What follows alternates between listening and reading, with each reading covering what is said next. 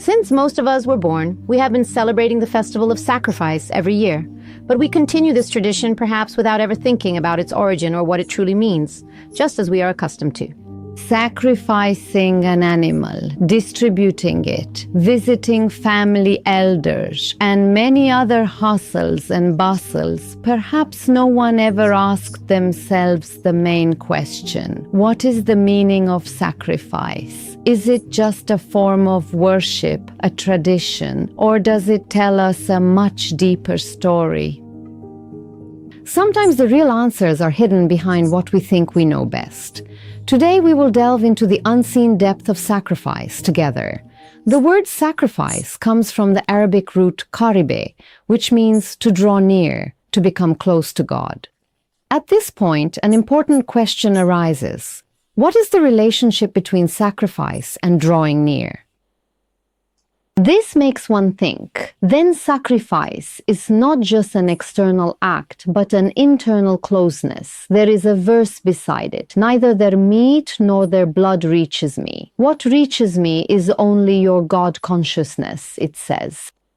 This is very striking because it clearly states, not the meat, not the blood. The only thing that reaches God is your sincerity, your honesty, the intention in your heart.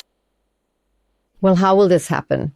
How can we get closer to God, since it doesn't happen by slaughtering an animal?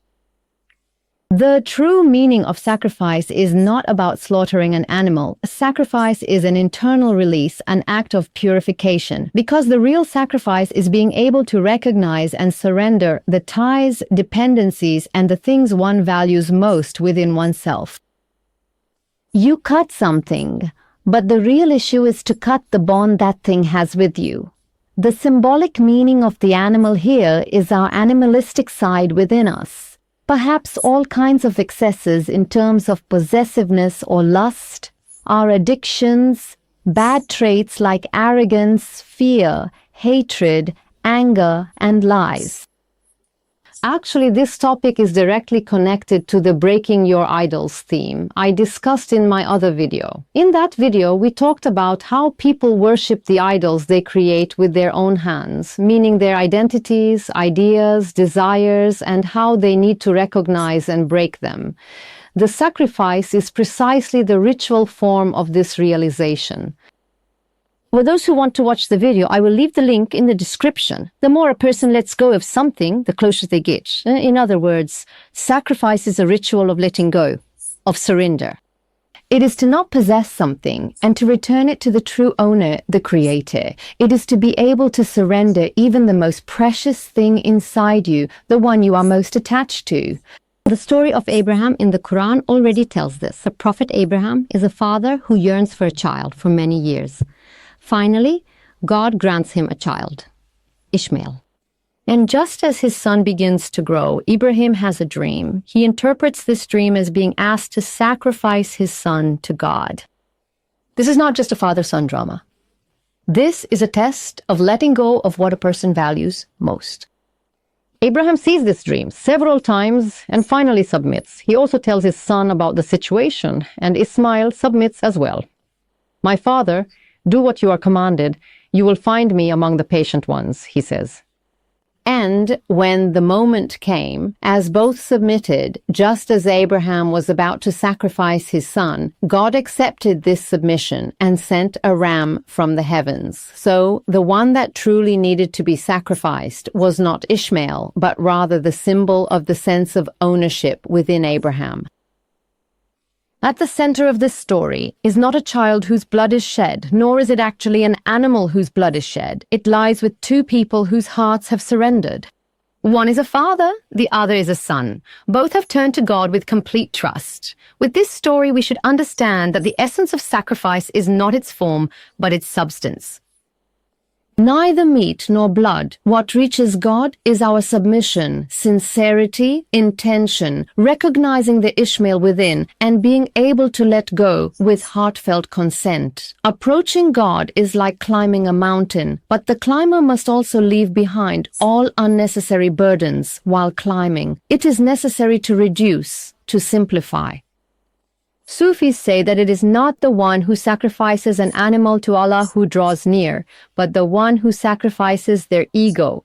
The ego is not just desires and pleasures. Sometimes it appears so innocent that even saying, "I am a good person" or "I am right" is ego. As we recognize and abandon this, we experience the true meaning of sacrifice. We transition from self-consciousness to unity consciousness. This is what the Sufis mean by die before you die. It is the phoenix rising from its ashes in mythology. It is rebirth, transformation, because as the old self disappears, the true self emerges. Unfortunately, today, everyone is unaware of the parts they truly need to sacrifice and only slaughters animals. Most people don't even do it properly. They don't do it with compassion or the right intention.